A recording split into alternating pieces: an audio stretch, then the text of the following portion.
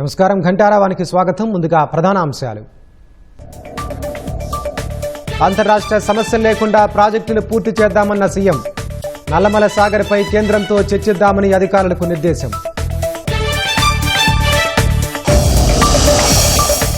Nuclear ఆర్థిక వ్యవస్థలో నమ్మకమైన భాగస్వామిగా ఏపీ. రెన్యూవబుల్ ఎనర్జీలో 10 లక్షల కోట్ల పెట్టుబడులే లక్ష్యమన్న లోకేష్. ఉగ్రవాద మూలాలను నిర్మూలిస్తామన్న ప్రధాని. అది భారత్ నార్వే ఉమ్మడి బాధ్యత అని వెల్లడి.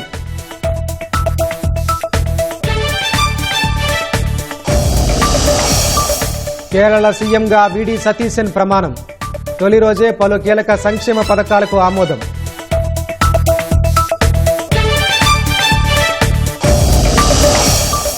నీట్ పేపర్ లీక్ కేసులో విచారణకు సిద్ధమైన పార్లమెంటరీ సంఘం. ఎన్టీఏ చీఫ్ ప్రదీప్ కుమార్ జోషితో పాటు ఉన్నతాధికారులకు సమన్లు. ఏనుగుల ఘర్షణలో ప్రాణాలు కోల్పోయిన పర్యాటకురాలు. కర్ణాటక దుబారే ఎలిఫెంట్ క్యాంపులో విషాదం.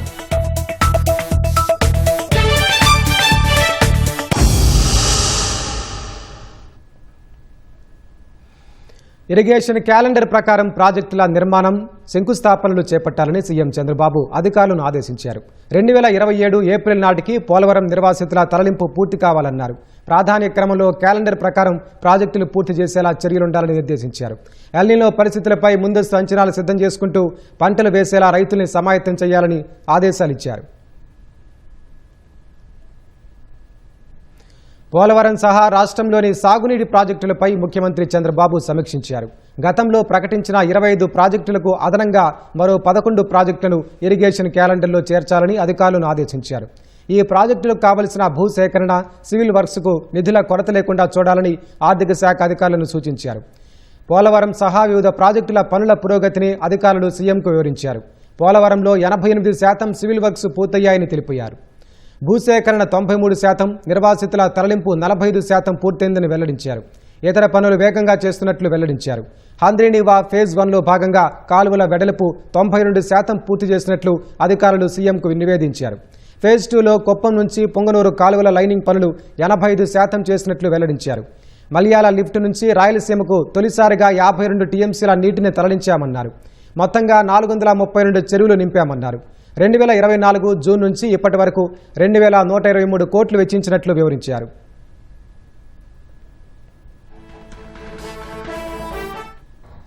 పోలవరం పనుల పురోగతిపై ప్రతి నెలా సమీక్ష చేస్తానని సీఎం స్పష్టం చేశారు. ఈసీఆర్ఎఫ్ డ్యాం పనులు చెప్పిన సమయానికి పూర్తి చేయాల్సిందేనని తేల్చి చెప్పారు.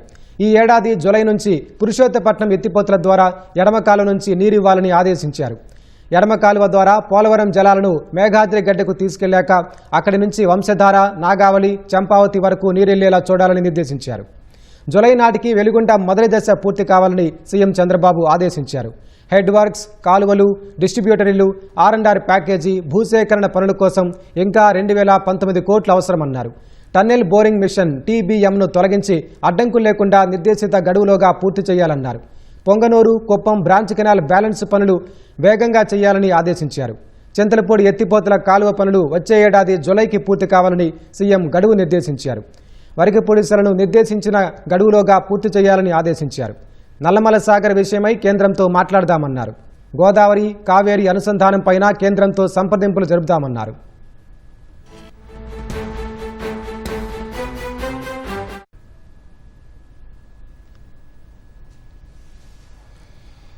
జూన్ 1 నుంచి కాలువలకు నీరు విడుదల చేస్తామని మంత్రులు నిమ్మల రామానాయుడు, అచ్చెన్నాయుడు ప్రకటించారు. ఖరీఫ్కు నీటి విడుదలపై వ్యవసాయ, నీటిపారుదల శాఖల అధికారులతో సమీక్ష నిర్వహించారు. మే చివరికల్లా కాలువల్లో పూడిక తొలగింపు పనులు పూర్తి చేయాలని ఆదేశించారు. ఎల్నినో ప్రభావంపై జిల్లాల వారీగా వ్యవసాయ శాఖ అధికారులతో మంత్రి అచ్చెన్నాయుడు వర్చువల్ సమావేశం నిర్వహించారు. రాష్ట్ర వ్యాప్తంగా విత్తనాలు, ఎరువులు అందుబాటులో ఉన్నాయని అధికారులు తెలిపారు. ఎరువులు పక్కదారి పడితే మాత్రం చర్యలు తప్పవని మంత్రి హెచ్చరించారు. ఖరీఫ్ సాగుకు రైతులు సిద్ధంగా ఉండాలని సూచించారు. ఢిల్లీ పర్యటనలో ఉన్న మంత్రి నారా లోకేష్ భారత్లో రష్యా రాయబారి డెనిస్ అలిపోవ్తో సమావేశమయ్యారు. Clean energy, manufacturing, emerging technology రంగాలపై చర్చించారు. ఆయా రంగాల్లో రష్యాతో భాగస్వామ్యాన్ని కోరుకుంటున్నట్లు చెప్పారు. అలాంటి అవకాశాల కోసం ఎదురుచూస్తున్నట్లు ఎక్స్లో పోస్టు చేశారు. భారత్ రష్యా మధ్య దశాబ్దాలుగా నమ్మకమైన భాగస్వామ్యం ఉందని లోకేష్ గుర్తు చేశారు.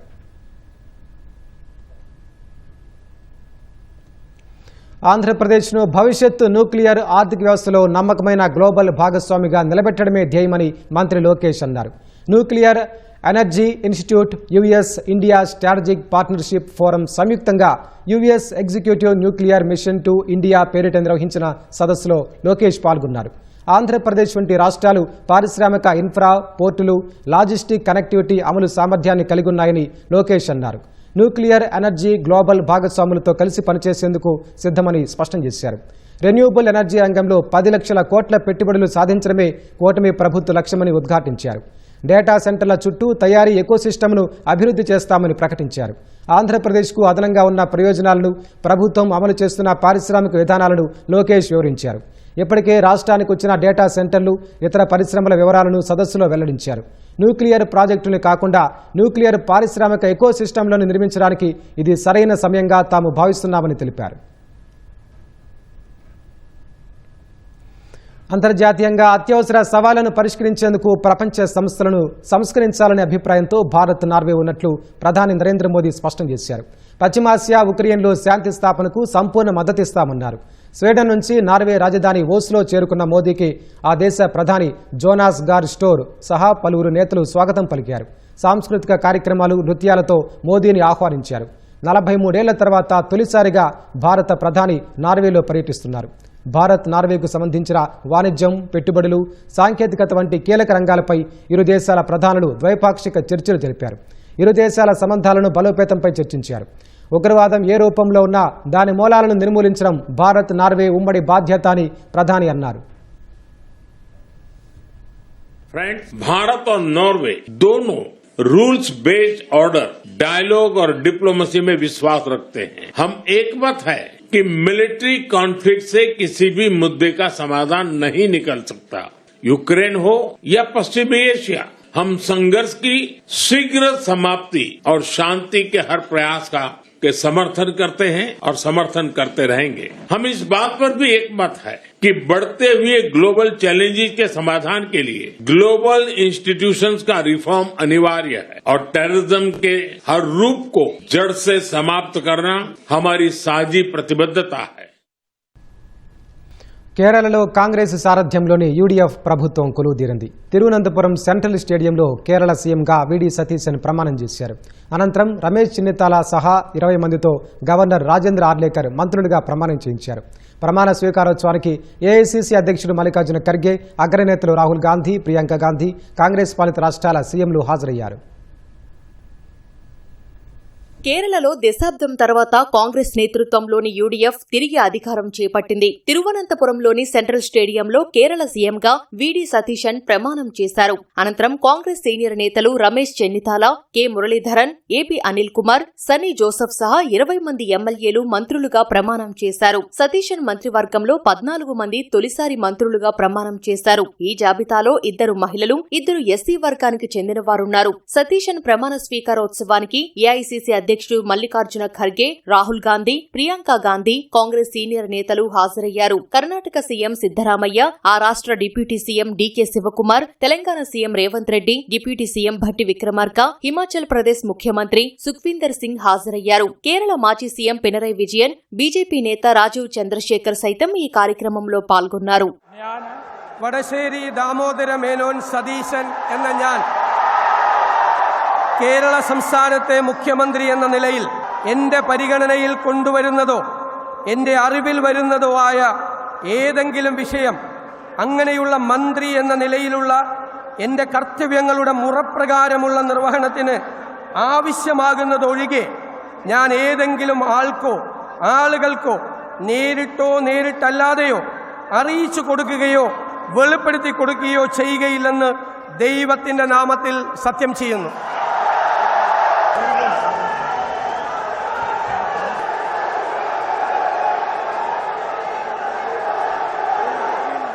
విడి సతీశన్ కొచ్చి సమీపంలోని నెట్టూరులో 1964లో జన్మించారు. వృత్తిరీత్యా సతీశన్ న్యాయవాది. 10 ఏళ్లు కేరళ హైకోర్టులో న్యాయవాదిగా ప్రాక్టీస్ చేశారు. సామాజిక కార్యకర్తగానూ పేరొందారు. కేరళ విద్యార్థి విభాగం కేఎస్యూతో ఆయన రాజకీయ ప్రస్థానం మొదలైంది. 2001 నుంచి పరావూర్ అసెంబ్లీ నియోజకవర్గానికి ఎమ్మెల్యేగా ప్రాతినిధ్యం వహిస్తున్నారు. గత 10 ఏళ్లుగా కేరళ అసెంబ్లీలో ప్రతిపక్ష నేతగా ఉన్నారు. ప్రతిపక్ష నేతగా పినరయ్ విజయన్ ప్రభుత్వంపై రాజీలేని పోరాటం చేశారు. కేరళ ముఖ్యమంత్రి పదవికి 3 సీనియర్ నేతలు తీవ్రంగా పోటీ పడినప్పటికీ చివరకు సతీశన్ వైపే కాంగ్రెస్ అధిష్టానం మొగ్గు చూపింది. 10 ఏళ్లుగా కేరళలో అధికారానికి దూరమైన పార్టీని విస్తృత ప్రజా బాహుళ్యం మద్దతుతో గెలిపించడంలో సతీశన్ కీలక పాత్ర పోషించారు. విపక్ష నేతగా సమర్థంగా పనిచేయడంతో పాటు వామపక్షాల ఆధిపత్యానికి గండి కొట్టారు. ఇటీవల జరిగిన కేరళ అసెంబ్లీ ఎన్నికల్లో కాంగ్రెస్ నేతృత్వంలోని యూడీఎఫ్ కూటమి 140 స్థానాలకు గాను 102 స్థానాల్లో అఖండ విజయం సాధించి 3/2 మెజారిటీని సొంతం చేసుకుంది. ఇందులో కాంగ్రెస్ 63 స్థానాలు గెలుచుకోగా మిత్రపక్షాలైన Indian union Muslim league IUML 22, Kerala Congress 8, RSP 3 స్థానాల్లో విజయం సాధించాయి. పశ్చిమ బెంగాల్లో మహిళలకు నెలకు 3,000 ఆర్థిక సహాయాన్ని అందించే అన్నపూర్ణ పథకానికి మంత్రివర్గం ఆమోదం తెలిపింది. జూన్ నుంచి ఈ పథకాన్ని అమలు చేసే విధంగా నిర్ణయం తీసుకుంది. ఈ మేరకు సీఎం సువేందు అధికారి అధ్యక్షతన జరిగిన 2వ మంత్రివర్గ సమావేశంలో పలు కీలక నిర్ణయాలు తీసుకున్నారు.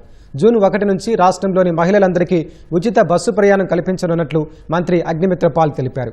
బెంగాల్ ప్రభుత్వ ఉద్యోగులు, అనుబంధ సంస్థల సిబ్బంది జీతభత్యాల సవరణ కోసం 7వ రాష్ట్ర వేతన సంఘాన్ని ఏర్పాటు చేసే ప్రతిపాదనకు కేబినెట్ ఆమోదం తెలిపిందన్నారు. జూన్ నుంచి మతపరమైన వర్గీకరణల ఆధారంగా ఇచ్చే ప్రభుత్వ సహాయాన్ని పూర్తిగా నిలిపివేస్తున్నట్లు వెల్లడించారు. మత ప్రాతిపదికన అమలవుతున్న పథకాలన్నీ మే చివరి వరకే కొనసాగుతాయని స్పష్టం చేశారు. పూజారులు, ఇమాములు, మౌజాంలకు ఇచ్చే వేతనాలను నిలిపివేస్తున్నట్లు చెప్పారు. కలకత్తా హైకోర్టు తీర్పునకు అనుగుణంగా రాష్ట్రంలో ఉన్న ఓబీసీ జాబితాను రద్దు చేస్తున్నట్లు వెల్లడించారు.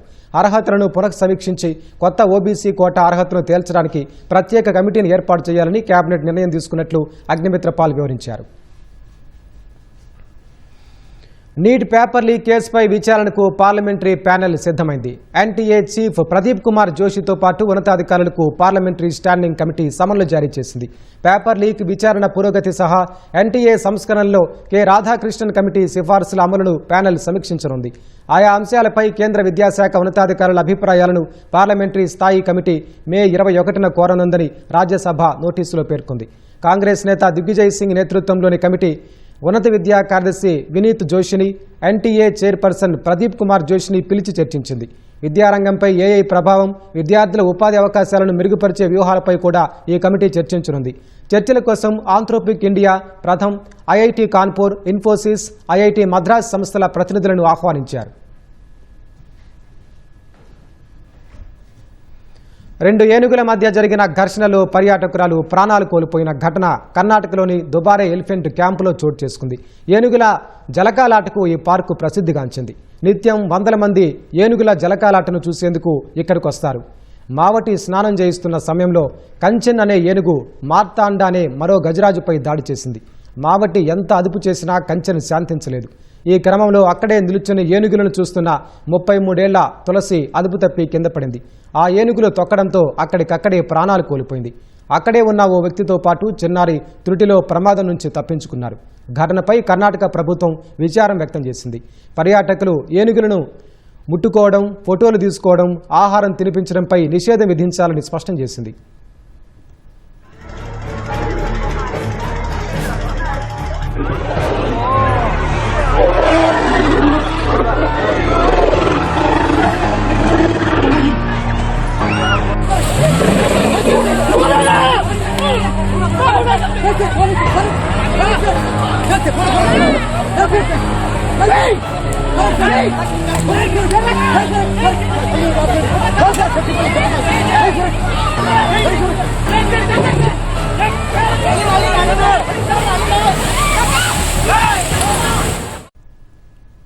రాష్ట్రంలోని 123 మున్సిపాలిటీలో 14,000 కోట్లతో తాగునీటి పథకం పనులు చురుగ్గా జరుగుతున్నాయని మున్సిపల్ శాఖ మంత్రి నారాయణ వెల్లడించారు.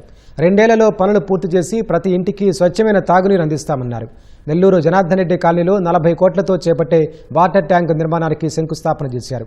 ఏసీ నగరం మల్లెల సంజీవయ్య స్కూల్లో నిర్మించిన అదనపు తరగతి గదులను ప్రారంభించారు.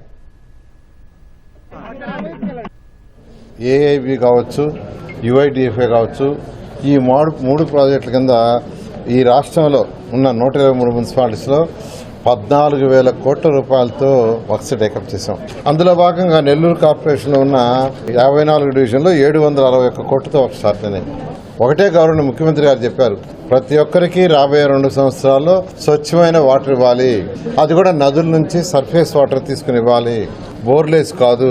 ఖచ్చితంగా నెల్లూరులో హై క్వాలిటీ ఆఫ్ ఎడ్యుకేషన్ ఉండే స్కూల్ స్టేట్, పేదరికం అనేది ఉండకూడదు. పేదరికాన్ని పూర్తిగా పారదారాల P4 ప్రోగ్రాం తీసుకోవాలని ఉద్దేశిత యాక్చువల్గా ఈ కార్యక్రమాన్ని చేస్తున్నాం. ఖచ్చితంగా ఇవన్నీ కంప్లీట్ చేస్తాం. రాష్ట్రంలో 3 గ్రీన్ఫీల్డ్ పోర్టులు ఈ ఏడాది చివరికి అందుబాటులోకి తేవాలని మంత్రి బీసీ జనార్దన్ రెడ్డి అధికారులను ఆదేశించారు. గ్రీన్ఫీల్డ్ పోర్టులు, ఫిషింగ్ హార్బర్ల పురోగతిపై అధికారులతో సమీక్ష నిర్వహించారు. ఏవైనా సమస్యలుంటే వెంటనే పరిష్కరిస్తామన్నారు. మూలపేట పోర్టుకు సంబంధించి ఉప్పు భూములు సమస్యతో పాటు రోడ్డు, రైల్వే, R&R ఇబ్బందులు త్వరగా తీర్చాలన్నారు. మూలపేట ప్రజల పునరావాస చర్యలు వేగవంతం చేయాలన్నారు. ఆ తర్వాత డ్రెడ్జింగ్ను సకాలంలో పూర్తి చేసి ఈ ఏడాది చివరికి పోర్టు సిద్ధం చేయొచ్చన్నారు. మచిలీపట్నం గ్రీన్ఫీల్డ్ పోర్టు డ్రెడ్జింగ్ పనులు, రైల్వే అనుసంధానం, విద్యుత్, మంచినీటి సదుపాయాల కల్పన త్వరగా పూర్తి చేయాలని నిర్దేశించారు. రామాయపట్నం గ్రీన్ఫీల్డ్ పోర్టులో డ్రెడ్జింగ్, పునరావాసం సమస్యల పరిష్కారంపై దృష్టి పెట్టాలన్నారు. అలాగే ఫేజ్ 1 ఫిషింగ్ హార్బర్ పనులు సకాలంలో పూర్తి చేయాలని మంత్రి స్పష్టం చేశారు.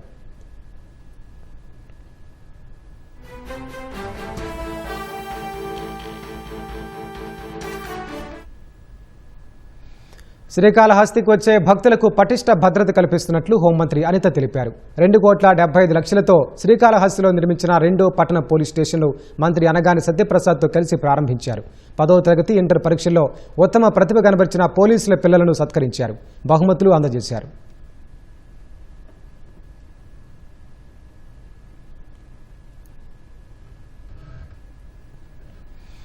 ఏపీ లాసెట్ పీజీ ఎల్సెట్ 2026 ఫలితాలను మంత్రి నారా లోకేష్ విడుదల చేశారు. 80% మంది ఉత్తీర్ణత సాధించినట్లు వెల్లడించారు. మొత్తం 23,996 మంది విద్యార్థులు పరీక్షలకు హాజరవగా 19,197 మంది ఉత్తీర్ణులయ్యారు. ర్యాంకు కార్డులు వెబ్సైట్లో ఉంచామని, వాట్సాప్ ద్వారా కూడా తీసుకోవచ్చని చెప్పారు. ఉత్తీర్ణులైన వారికి మంత్రి లోకేష్ అభినందనలు తెలిపారు.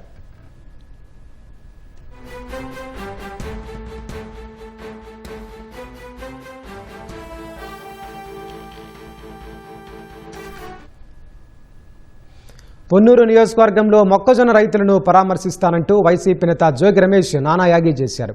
మామిళ్లపల్లిలో సీజ్ చేసిన గోదామును పరిశీలించాలని పట్టుబట్టారు. శాంతి భద్రతకు విఘాతం కలిగించొద్దని పోలీసులు సూచించినా వినలేదు. పోలీసుల కళ్లుగప్పి మరో కారులో వెళ్లేందుకు ప్రయత్నించారు. విషయం తెలుసుకున్న పోలీసులు మార్గం మధ్యలో జోగిని అడ్డుకున్నారు. అక్కడికి చేరుకున్న వైసీపీ కార్యకర్తలు రచ్చరచ్చ చేశారు. పోలీసు వాహనాలకు అడ్డుపడి నినాదాలు చేశారు. ఉద్రిక్తతల మధ్య తెనాలి మీదుగా జోగిని పోలీసులు విజయవాడకు తరలించారు.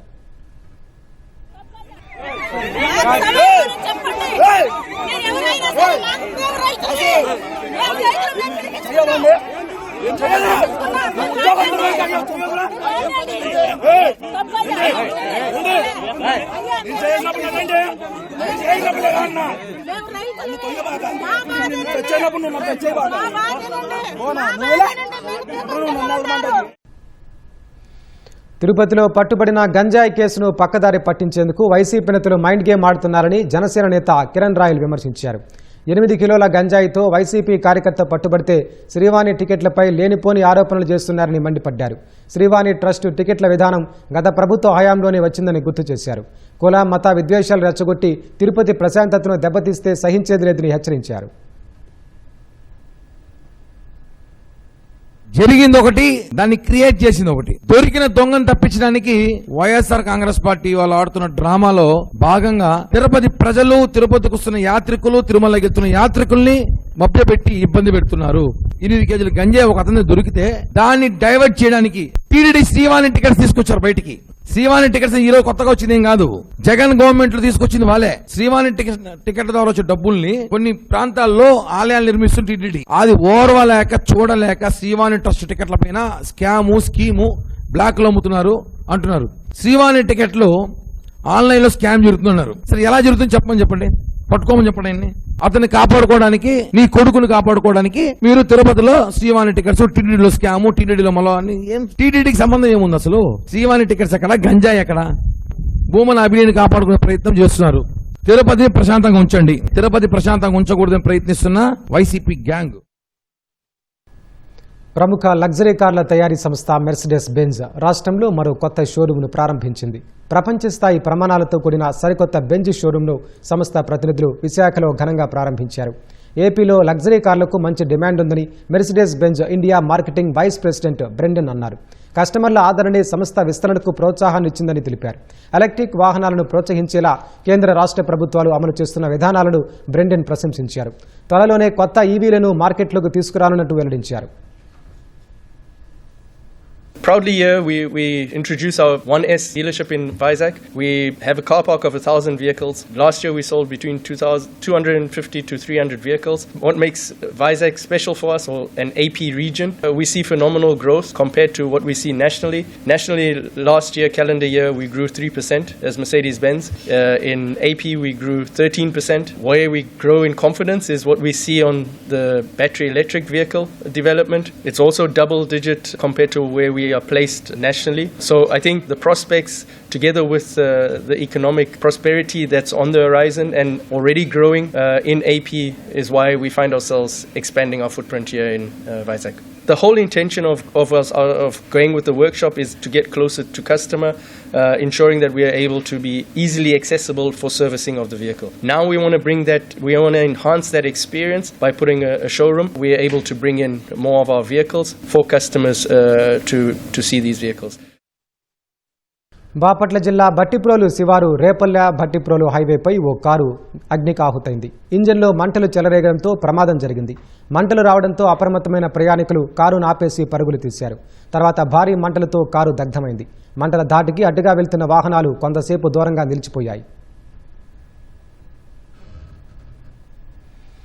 అల్లూరు జిల్లా పాడేరులో ఈదురుగాలులతో కూడిన భారీ వర్షం కురిసింది. శ్రీ మోదకొండమ్మ జాతర మహోత్సవాల రెండో రోజు జోరు వానతో వ్యాపారులు ఇబ్బందులు పడ్డారు. గంటపాటు కురిసిన భారీ వర్షంతో స్టాళ్లు తడిచిపోయాయి. టెంట్లు, ఫ్లెక్సీలు ఎగిరిపోయాయి. స్టాళ్ల లోపల వస్తువులు నీటిలో నానిపోయాయి. పాడేరుతో పాటు జీ మాడుగుల, హుకుంపేట, డుమ్రిగూడ మండలాల్లో ఈదురుగాలులతో కూడిన భారీ వర్షం పడింది.